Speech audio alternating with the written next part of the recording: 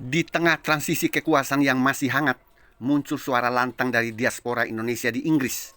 Egy Sujana, tokoh kontroversial yang kini bermarkas di London, kembali mengguncang ruang publik dengan pernyataan keras, mendesak Presiden Prabowo Subianto untuk segera menggunakan hak konstitusionalnya guna menekan Kapolri dan Jaksa Agung agar menetapkan tersangka dan memenjarakan Presiden sebelumnya, Joko Widodo.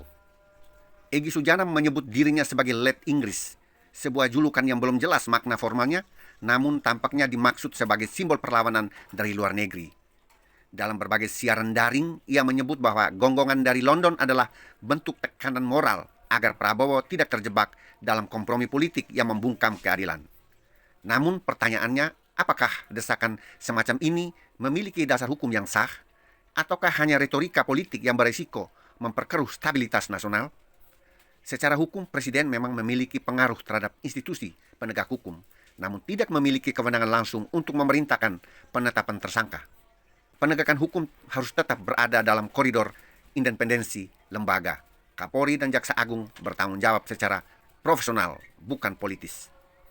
Jika Prabowo menuruti desakan Egy, maka ia beresiko melanggar prinsip dua proses dan membuka presiden buruk bahwa kekuasaan bisa digunakan untuk membalas dendam politik. Egy mengklaim bahwa ada cukup bukti untuk menjerat Jokowi atas berbagai dugaan pelanggaran hukum selama masa jabatannya. Namun hingga kini belum ada proses hukum formal yang mengarah ke sana. Tanpa laporan resmi, penyelidikan, dan bukti yang sah, desakan tersebut hanya akan menjadi opini liar.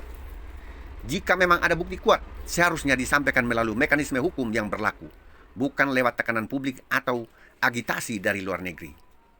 Indonesia adalah negara hukum.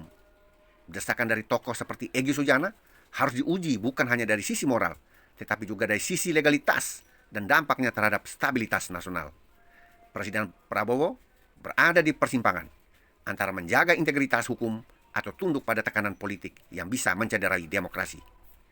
Jika hukum ingin ditegakkan, maka harus melalui jalur yang sah, transparan dan adil, bukan lewat gonggongan dari luar negeri sekeras apapun suaranya.